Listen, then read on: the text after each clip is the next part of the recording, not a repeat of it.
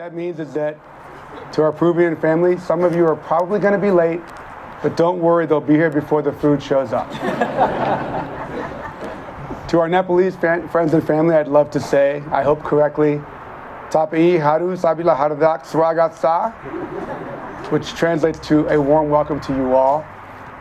And also, I hope this is right, Yaha Aunu Bai Komadan Yivad, which translates to, oh my God, I left the oven on. That's not true. That means thank you for being here. Emily Ankrit also wanted to remember that those families that are not here with us anymore, Donna Dunstan, Amelia Mila, Mary Cecilia Mila, Everett Mila, Tanka Prasad, and Sita Devi Acharai. We hope that their spirits are with us today and enjoying this day with us. Friends and family, we're here to witness and celebrate the joining of these two wonderful individuals in matrimony. Before we hear their personal exchange of vows, I'd just like to share a few thoughts about the couple. Of course, Emily, I've known since she was an infant. I must say she's always seemed like an old soul, which my own daughter reminded me is a wonderful compliment, because what it really means is that you are wise and brilliant beyond your years, even as a child. I think that name fits Emily perfectly. As a curious toddler, she would steal hearts wherever she went. And even back then, it was obvious how smart and capable you were. I'm not sure everyone here knows that by the age of 2, she was already an accomplished flower girl, having served in multiple wedding ceremonies by that time. She then blossomed into an inquisitive and principled young teenager who not only took care of herself, but also helped take care of her 3 siblings. She would dish out timeouts and enforce bedtimes like a veteran parent. And all the while, she remained an exemplary older sister to her siblings. They've told stories over the last few days about how hard she was on them and how mean she was sometimes. But all of them have said, without hesitation, that they're better people for it today. Emily, it's been such a joy to watch you grow older and become the person that you are today. A very strong, a very smart young woman of promise and purpose. I secretly asked Ankrit's friends on the side to give me a few words to describe Emily, and the words I got were compassionate, considerate, selfless, genuine. My personal favorite, she's got a great handshake. And my second personal favorite, how did Ankrit get her? But all of them at some point or other, to a man, said, she's a perfect match for Ankrit. Standing here today, I can only imagine the pride that my brother German and his wife Jill must be feeling, watching her move into this most exciting chapter of your life. It's a chapter full of hope and full of dreams, and without a doubt, full of happiness for you too. There is no greater gift that any parent can give to our world than a young woman full of ability and promise. That's exactly what you are, Emily. And for that, I say thank you to German and Jill. You're an old soul with a giant heart. Of course, I've known Emily her whole life. I just met Ankrit in the parking lot a few minutes ago. He seems like a nice guy. I think it'll work out. Seriously though, I first met Ankrit with Emily years ago in Boulder when they were still finishing their studies. And after just a few hours, I knew, and I mean I really knew, that here was a young man who had been raised to value family and to carry a strong moral compass.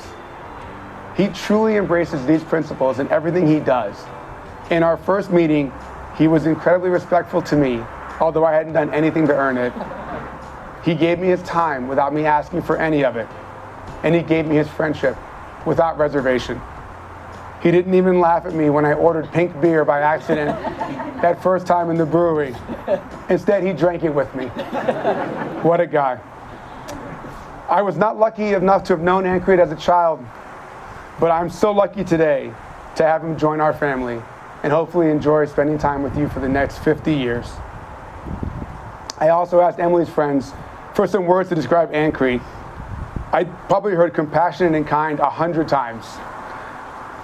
But the other words I heard were inclusive and selfless and genuine and pure.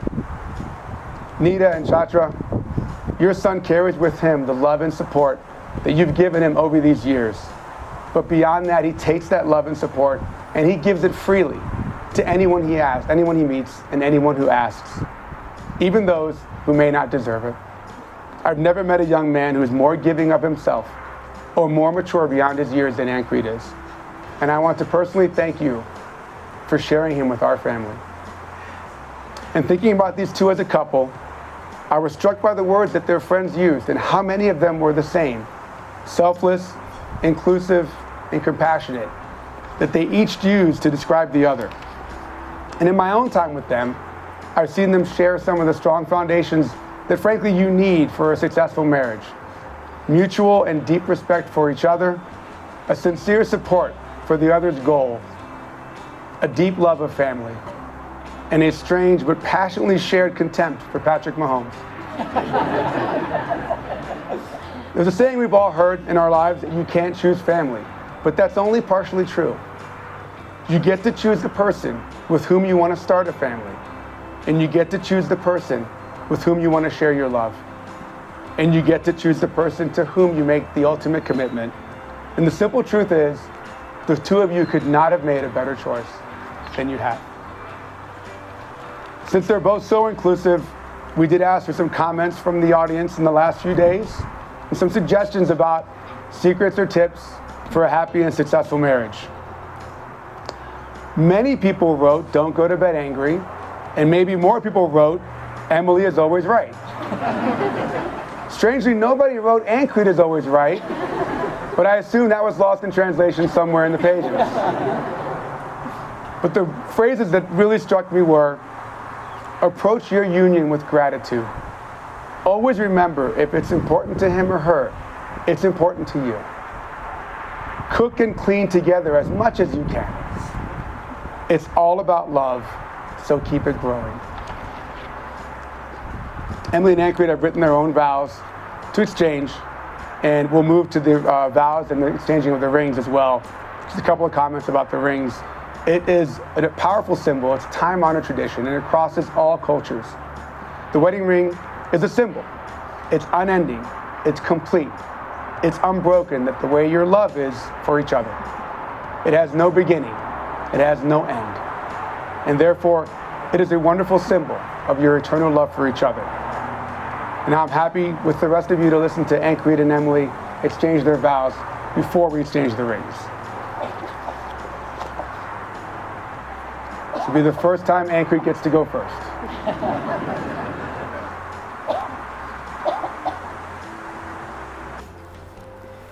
Em, we've talked a lot about our favorite memories and stories of each other. So today, I think I just wanted to talk about what I love the most about you. Starting simple, I love your smile. I love the way it radiates genuine joy and brightens any room that you walk into. I love that we have the same sense of humor, and when we laugh together, I truly feel every ounce of stress leave my body. I love your stubbornness to never lose an argument, because I know you hate being wrong. I love the commitment you show to help others in less fortunate circumstances. Sorry, should I restart? Or? I think so. I love how much you care for your family and how well you fit into mine. So going into some of the promises that I wrote, I have to say the first one I did right on the plane. I promise to always take the middle seat when you ask. I promise to always be there for you on your bad days. I promise to always take you on dates. I promise to always support you as you grow as an individual and pursue your own goals. I promise to always take the trash out. And I promise to always be there in sickness and in health. And lastly, I promise to always make you feel loved.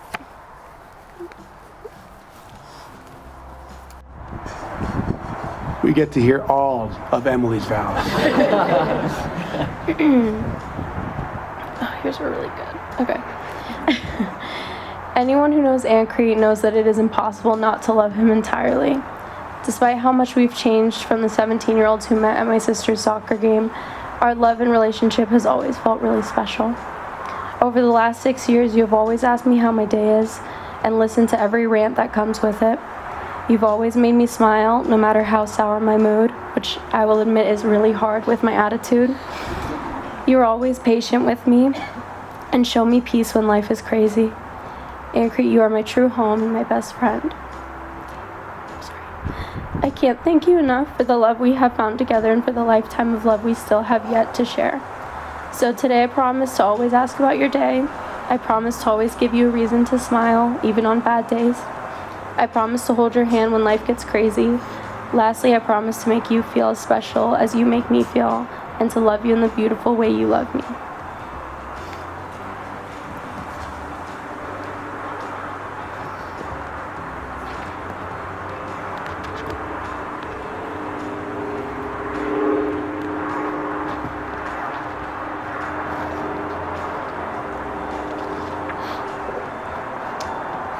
Now that the vows have been exchanged, we need to get their rings so they can place them on each other's fingers. Thank you.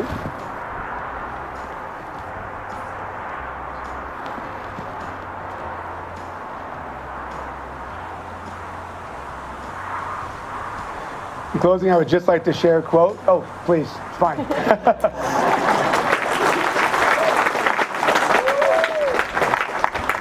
In closing, I'd like to offer my own little quote from the English writer George Eliot, who was a woman, by the way, who wrote in the 19th century, "What greater thing is there for two human souls than to feel that they are joined for life, to strengthen each other in all labor, to rest on each other in all sorrow, to minister to each other in all pain, and to be one with each other in silent, unspeakable memories." Emily and Ankrit, we are all so excited for the journey you are starting today together. And ladies and gentlemen, it's my sincere and profound honor to present to you as husband and wife for the first time, Emily and Ankrit Upridi. You may share your first kiss as husband and wife.